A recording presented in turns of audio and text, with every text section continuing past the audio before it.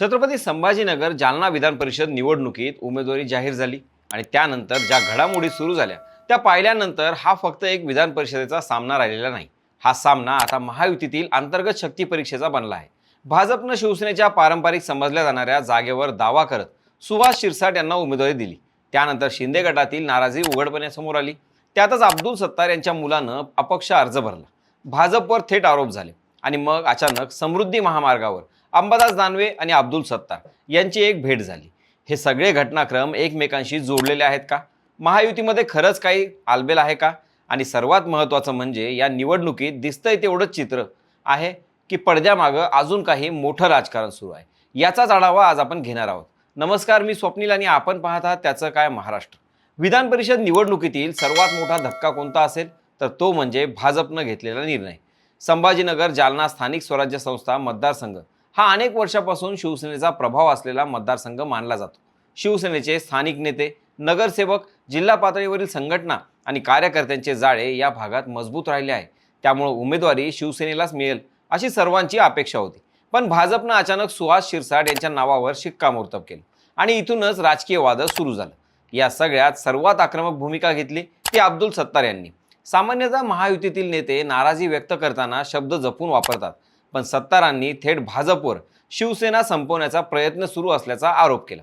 राष्ट्रवादीपेक्षाही वाईट वागणूक मिळत असल्याचं म्हटलं.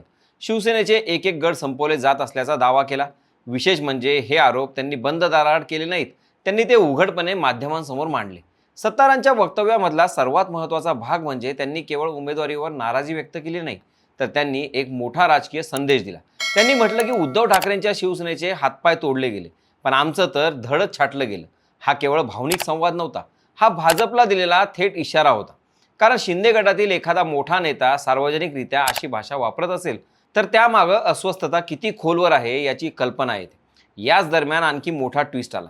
अब्दुल सत्तार यांचे पुत्र समीर सत्तार यांनी अपक्ष उमेदवारी अर्ज दाखल केला. आता राजकारणात योगायोग असतात, पण प्रत्येक योगायोगाचा अर्थ नसतो असंही नाही. समीर सत्तार यांनी अर्ज भरल्यानंतर अनेक प्रश्न निर्माण झाले.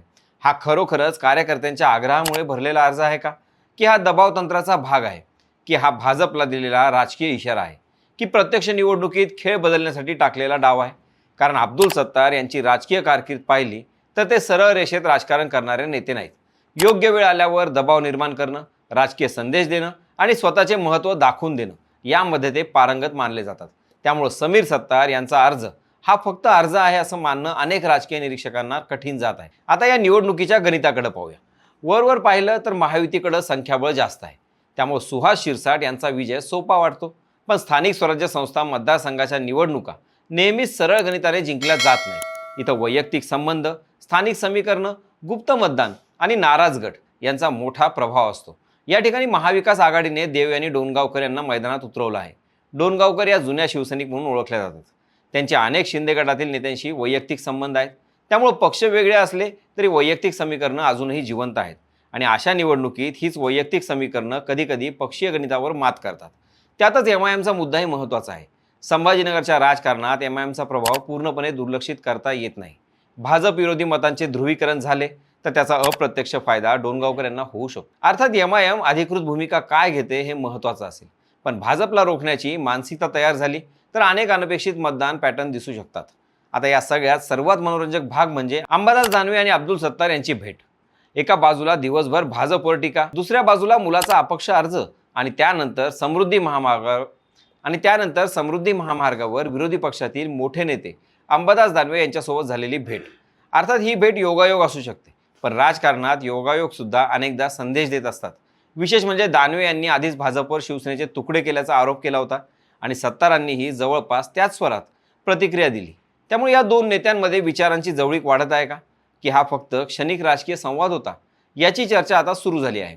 यापेक्षा एक मोठी गोष्ट म्हणजे सत्तारांनी दोन्ही शिवसेना एकत्र येण्याची वेळ आली असल्याचे संकेत दिले.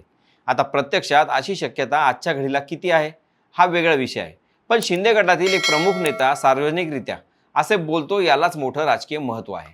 कारण हे विधान केवळ विधान परिषद निवडणुकीपुरतं मर्यादित राहत नाही, ते महाराष्ट्राच्या भविष्यातील राजकीय समीकरणांशी जोडलं जातं.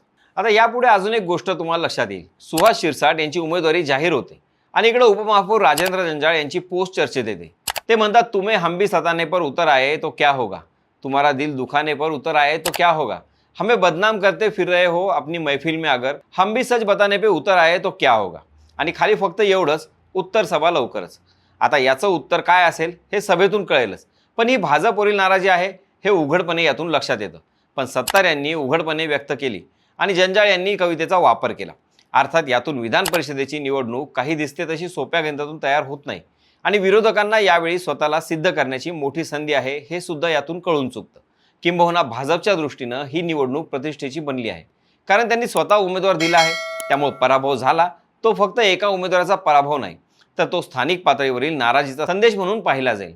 दुसरीकडे शिंदे गटासाठी ही निवडणूक अस्तित्वाचा प्रश्न बनत आहे, कारण जर जागा गेली आणि त्यानंतर स्थानिक नेते अस्वस्थ राहिले तर संघटनात्मक परिणाम दूरगामी होऊ शकतात.